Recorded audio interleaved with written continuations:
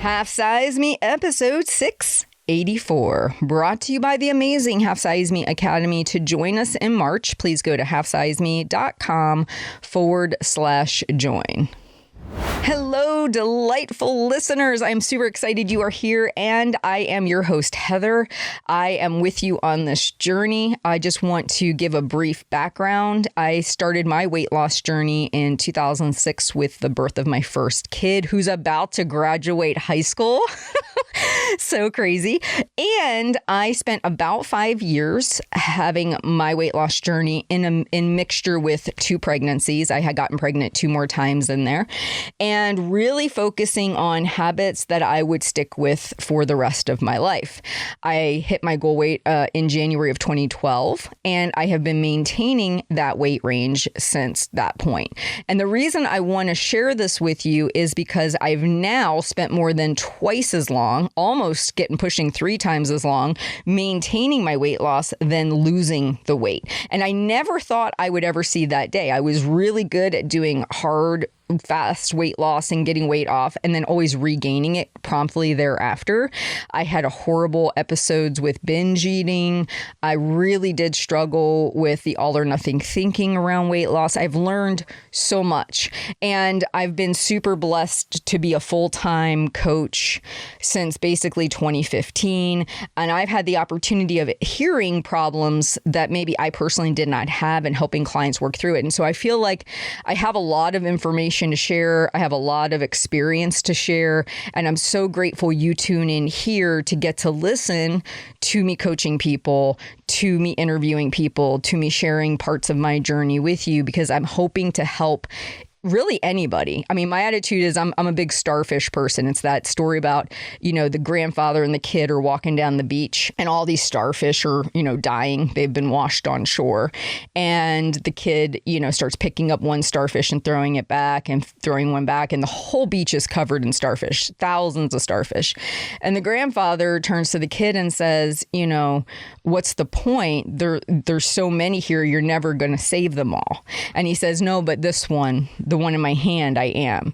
And that's kind of how I feel about you guys. I have people who will listen to me for 10 years, 5 years, and then all of a sudden something just clicks. Something in the message makes sense. Something maybe that you've gone through, right? The tribulations and the trials and the failings and the frustrations. You get what Dave Ramsey calls sick and tired of being sick and tired, and then all of a sudden it all just snaps into place. And you were the one starfish that day that was able to be helped. And that's why I keep doing this, because I know for me, I had to recalibrate my thinking in order to make myself successful. I had to replace the old thoughts with new thoughts. And I just want to say a big thank you. So I got this wonderful email from Stephanie. She says, I just want to say how much I love this newsletter. So I send out a newsletter every single Thursday. It's called the VIP email. And every week I write a blog post, if you will, that goes in there. And it's something that I hope is relevant to you in your journey. But then I also include Daisy and Gus stories, which those are my favorite to do. She says, I just wanted to say how much I love this newsletter. I regularly send it on to the folks I think it would benefit from your knowledge, and the Gus and Daisy conversations are fantastic. I just want to tell Stephanie, this touched my heart. Thank you so much for getting my free email. Thank you so much for giving it to other people who it could be helpful to. And it does tickle me to know that Gus and Daisy make somebody's day a little bit brighter. All right, so let's talk about who I'm helping today. Today, I'll be coaching Allison. Allison is 61 years young. She has lost some weight during COVID, and ultimately, she would like to lose a little bit of the rest of her weight. She has really been struggling with social situations since things have returned to normal as far as get-togethers go and whatnot. So if you're somebody who also struggles with having, friends inviting you over for dinner, going out to restaurants, potentially having fun foods and alcohol available to you on a regular basis, I think getting to hear from Allison is going to be hugely beneficial to you. So that is going to be our call for today. And one thing I just want to make you aware of, if you didn't know, episodes 680 and 682 were all solo episodes on GLP-1 medications. I have a lot more clients that are on these medications now, and I want to offer as much help as I can to those of you who are going on this without, say, a coach to work with, or if you're going on these or you think you want to go on these medications and you really want to know what you should realistically expect. I also wrote a book, a GLP-1 journey. This book is available 2 places if you're interested. You can sign up to the podcast premium subscription and you will get a free copy once you join that. Or if you're in the HSM Academy, under our resources area, you will see that the GLP-1 journey book is available to you as well. So that's how you can get your hands on it at this time. In a future date, I might offer it for sale in my store, but right now it's given away for free to our podcast premium subscribers. If you're interested, halfsizeme.com/fan. And with that very, very small subscription price, you get episodes every single Monday. You get to hear Jackie's coaching series, Sarah's coaching series, Carolina's coaching series. Plus, I do bonus content, AMA questions that you can submit through the month. So there's a lot of benefit to being a podcast premium subscriber. So I hope to see you in there. All right, without any further ado, let's go into Allison's call. You have a great week, and I'll talk to you soon. All right, ladies and gentlemen, we have the lovely Miss Allison on with us. Allison, would you mind saying hello to everybody and then jumping into whatever you're currently struggling with so I can help you, okay? Thank you so much for having me and for giving me your time today. I appreciate it. I'm an avid listener. Awesome. Sometime member of the community. I am 61 years old, and during COVID lockdown time, I decided to lose the 10 pounds that I had been struggling to lose for many years. Okay. I used Noom, and it worked very well. And I've been able to maintain a 5-pound window range since that time. It took about 6 months to get that 10 pounds, and I ended up losing more than 10 off. And it's using that philosophy has worked well for me.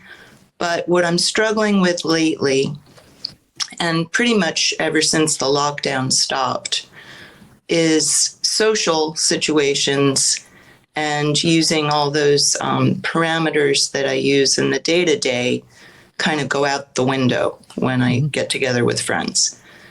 I've got my basics. You know, I exercise every day, drink a lot of water, weigh myself every day, celebrate being in the range, even if it's at the top of the range.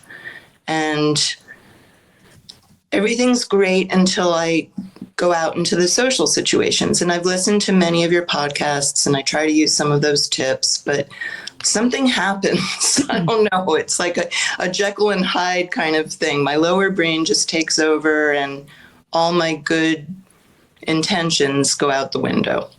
So that's what I'm struggling with. The other thing that I kind of found recently, the past few months, is that tracking has become a little bit tedious, and I think it's making me think about food and weight and that too much, and started kind of like gaming it a little bit.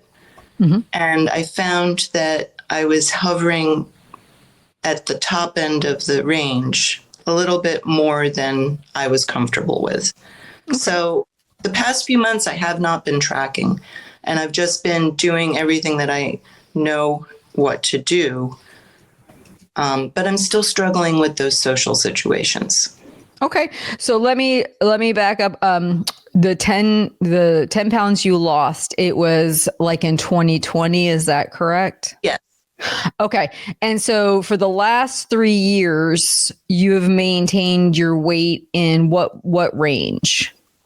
It's a 5-pound range between 125 and 128. And I'm not very tall. I'm 5'3". Okay. So between 125 and 128 is where you prefer to stay. And your average weight has not gone much above the 128 in this whole time. Is that right? Correct. Okay.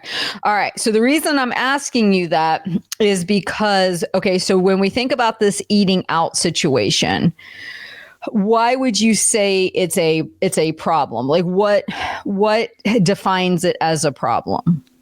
Well, I'll give you an example of recently. I was at a friend's for dinner, and she made a lovely dinner, and she made a really delicious dessert. And, before I left to go over to her house, I said, okay, I'm going to have one drink before dinner, one drink during dinner, and a little bit of everything. That seemed like a good plan. And then, of course, I did the one drink before dinner, two drinks during dinner, and then seconds on dessert, which, not a big deal, but the next day I always regret. I feel regretful. I see the scale reflects the overdoing it. And I feel like, why can't I just stick to my plan and be a normal person? You know how you talk about when will I be normal? That's what I'm struggling with. When will I be normal? So a lot of thoughts is what you're struggling with. Yes. Okay. All right. Because what I hear in there is when I look at your average weight and I'm checking in with it each month, I'm seeing it staying in the range. So you would agree we don't actually have a weight management problem. Well, no, it's just that, it is at the top of the range recently, and I'd prefer to be in the middle or at the low end. I mean, I know the low end is kind of like that kind of one-hit wonder, but the middle is where I'd like to be. Right. Where I hear there being a bigger problem, especially if you would like to lay off tracking, is the struggle that you're facing between what you say you want to do and what you're actually doing. And that disconnect there, because especially during a busier time of the year with social stuff like Christmas, right, you're probably going to get more invites to go over to people's houses, go out to eat. And so I'd rather you start to work on that behavior more from a self-efficacy and trust perspective. And that way, if you like not really tracking your food, you feel more confident in your ability to manage yourself. Does that make sense? Absolutely. Yes. Yeah. So I always think it's important we delineate between an actual problem and sometimes things our mind makes up as a problem. But what I think I hear for you is you'd like to transfer and you don't want to go to be tracking calories per se for the rest of your life or all the time. And you might want to feel a little bit more comfortable with your own actions. So you could do that. Is that kind of how you're thinking about it? Correct. Yes. Okay. So when you make these plans before you go to your friend's house, do you write them down? That would be the number one thing. I have done that. I've journaled a little bit. Yes, I've tried that. Okay. And then when you write them down and you have a night where you don't follow it, how do you handle that? What happens? I just feel bad the next day. Okay. So here's what we're going to do. Are you familiar? Have you been noticing all the information on the paper pencil journal in the academy? I'm familiar with that. Yes. Yes. If you don't want to do it every day, that's fine. But I would like you to start doing it around the days that you're going to eat out. Okay. Or the days that you're going to go to someone's house and you're going to not be 100% in control of your own food. Okay. Mm-hmm. And what I think is probably a struggle point and where most people struggle is they have the ideal situation that they're going to do. I want to just have one drink before dinner. I want to have one drink at dinner. And I want to have one plate of food. But then we see ourselves doing these things that are not that, right? We have the 2 glasses of wine, we have the second plate of desserts, whatever. And we kind of get really upset and frustrated about that. But what I always tell people is it's better to write down we'll say worst case scenario so you can actually make improvements. So that situation that happened at your friend's house, that's happened before, right? Where you That's sort of like the pattern. Yes. Okay. So when is the next time you're going to go out to eat? When's it going to happen again in the near future? 2 more nights. Today's Friday. I'm going out. Well, Saturday. Tomorrow. Okay. Saturday. Are you going to somebody's house? Ouch. You're going to a restaurant. So what typically happens at a restaurant? You have the thought of what you want to do, and then what actually happens? Right. Well, I guess at a restaurant, I'll make the plan like, well, I have started looking at menus before going to the place so that I have sort of an idea of what is going to be available and what would be the best choice. And then I get there and I order the thing that really looks good and that I'm in the mood for. Gotcha. Okay. All right. So what you're doing is you're creating a plan for the ideal meal, right? Maybe I'm going to get the fish, the steamed vegetables, and the baked potato kind of thing. Is that what you mean? Yes. And then I end up with lasagna. I'm sorry, what, lasagna? All right. So here's what we're going to do. We're going to actually write up a plan for what really happens. So let's just cut to Saturday. Okay. I think you said Saturday. On Saturday, I would want you to put down lasagna as your meal, right? Mm-hmm. And if you're not going to go to an Italian restaurant, so you're going to go to Chinese, same idea. Like think of the food you might really enjoy, because part of the struggle is being dishonest with yourself. And then when you say you're going to do something and you don't do it, it wears away at that self-trust and that self-efficacy. I'd rather you say, I'm going to get lasagna, and say maybe you find like half of it's okay. Maybe half of it's sufficient. Or maybe you eat 2/3 of it and you're fine. And you get a nice big salad or minestrone soup with it. I'd rather you make a small improvement to that meal than for you to feel you can't have it. Does that make sense? Yes. All right. So if we plan for lasagna, now the day that you ordered the lasagna, did you also have 2 glasses of wine? Absolutely. Okay. Did you plan on that the last time you did it? No, I always plan on 1 glass of wine. So from here on out, based on everything I'm hearing, I would say 2 or 3 should be what you plan on. Because what I heard with your friend was, I think you had 1 before and then 2 during. Yeah. So there was 3 there, right? So it sounds like 2 to 3 glasses is kind of what is the average. Now, by writing this down, when you come home at the end of the night, you're going to do one of 3 things. You're going to say, check mark, I had my 2 or 3 glasses of wine, or you're going to give yourself a star and you're going to say, I had just 1.5, or I had 2, but I passed on the 3rd. You're going to give yourself an improvement marker that shows that you made an improvement.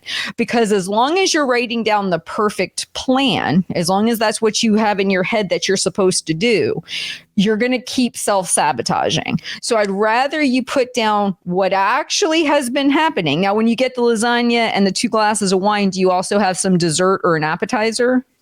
Probably a salad as an appetizer, and maybe I would split a dessert with my husband. Okay. So I want you to write that down too. Maybe we'll have a salad or a cup of soup, and then we're going to have half of a dessert. Does that sound about right? Yeah. Okay. Now, if I wrote that plan down, does that feel super restricted?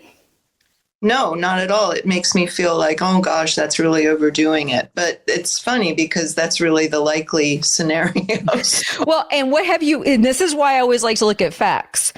If you've been doing this, so you've been writing down the ideal, the fish, the vegetables, the potato, but you've been doing this, okay?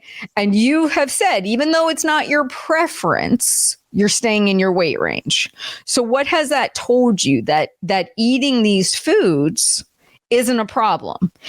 And the problem with writing down fish and potato and vegetables and 1 glass of wine is you keep breaking that promise to yourself. And so eventually, why even write a plan down? Why even do any of this? You might as well just do what you want, right? And it kind of gives you that mental pass of, well, screw it all. I'm not going to do it anyway. And we'd rather you write down an honest plan that you will actually follow, but you can also make improvements. Now, you didn't mention eating bread. Do you never eat bread when you go get lasagna or anything like that? Oh, I like bread. Yeah. I would probably have a piece of bread as well. Yes. Okay, so let's write down piece of bread. Okay, now let's just say you're going to go to a Mexican restaurant. You might say, okay, I'm going to have a plate of 10 chips. Maybe I'm going to have some queso, maybe a couple tablespoons of queso. Maybe I do have 2 margaritas or whatever. And maybe I'm going to have, some, I don't know, tacos or whatever it is you like, but you're going to write down the meal that you would really like, because I want you to say, can I make an improvement? Is there anywhere in this meal tonight that I could earn a star? Could I have a few less chips? Could I have maybe half of one of my tacos that I choose not to eat? Could I maybe not finish my margarita, right? Could I make an improvement? And if you go in with that mindset, how does that feel a little bit different? Oh, I love this idea. I think it's great. Okay, because you've been doing all these things anyway, and weight's been fine. So now if you want to feel more in control with food, you want to write down what you're doing so you can actually start to make some improvements moving forward. I love it. You're right. And it might take the angst out of everything in my head. 100%. Yeah. And what you're trying to do is you're trying to build self-confidence. You're trying to build up because it's funny. You're not the only person I've talked to. A lot of people lost weight during COVID. And when they came out of that bubble, they're like, oh my gosh, this whole eating out thing. What am I? And so I almost tell people I'm not saying that the weight loss was, it's not that it was false, but it was created under false pretenses. It was created under this idea that somehow we're just going to stay shut in for the rest of our lives, and we're not going to anybody's house. We're not having any social get-togethers. We're not going to ever go to restaurants again. And surely that's not realistic, right? That's why people struggled before the pandemic, because of all those factors. Now you're having to really branch out and teach yourself a new skill set, which is, how do I manage these things? And I can't be in 100% lockdown control of everything, but I can create a realistic plan. I can give myself a way to make improvements on what I'm doing. I don't have to be so rigid, but I also see that what I'm doing over here isn't working. Yes, I really like this idea. Thank you. I'm going to, and then for social situations, start paper pencil journaling. And what I would do for accountability, I would go to the HSM weight management plan over on the side, and there's a discussion area where people are sharing their paper pencil journals. If you know you're going to go out to eat or go to a friend's house, I would post yours that day there and then follow up the next morning with how you actually did, because that way you're kind of leaning in for a little bit of accountability on that. And so you can actually see your own progress. Right. Yes. Okay. Okay. Now, was there anything else in this? I was writing my notes as you were talking, but was there any other parts of this besides the eating out or eating at friends' houses? Was there anything I did miss in anything that you had a question about? Not really. I guess I just would like your opinion about not tracking on the normal days, on the days where I don't feel so challenged. Do you think it's okay to let go of that? I mean, I know that you still track and that many, successful maintainers always track, but I just made me think about everything too much. And I know what to eat when I'm in control of it. Mm-hmm. Yeah. And I would say if you're somebody who's eating a fairly consistent diet, meaning you're not eating out all the time and you're kind of preparing the same meals on rotation, you probably really wouldn't have to. That's why I said for you specifically to do this just around the eating out or going to friends' houses for meals, because you're not the one preparing the food, right? And no, I think you can use your weigh-ins, because you said you do weigh-in daily. You can use your weigh-ins as a guide to that. So you had mentioned you had already taken a few weeks off of doing it. Has your weight stayed in the range pretty well? It's in the range. It's at the top of the range, but it's in the range. Okay.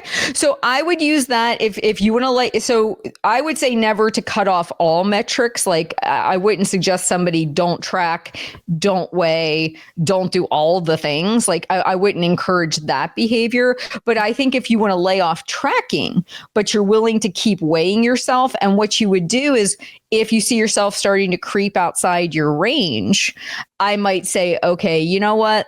Let me track again for a couple weeks and just see what's going on. Because it could be portion creep. It could be maybe you're eating out just a little bit more than you were before and you were unaware of it. Like, that could become a helpful thing. So if your weight is staying inside your range, and I know you have a preferred place you want to be, but your range is your range. So as long as you're in your range, you're fine. But if it starts to creep outside your range, then I might think about bringing tracking back in. Okay. That's great. That sounds good. Yeah, as long as everything, because honestly, your range kind of indicates if there's a problem or there's not a problem.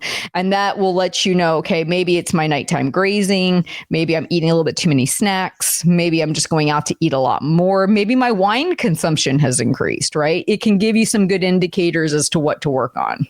Definitely. All right. So do you feel like you got all your questions answered today?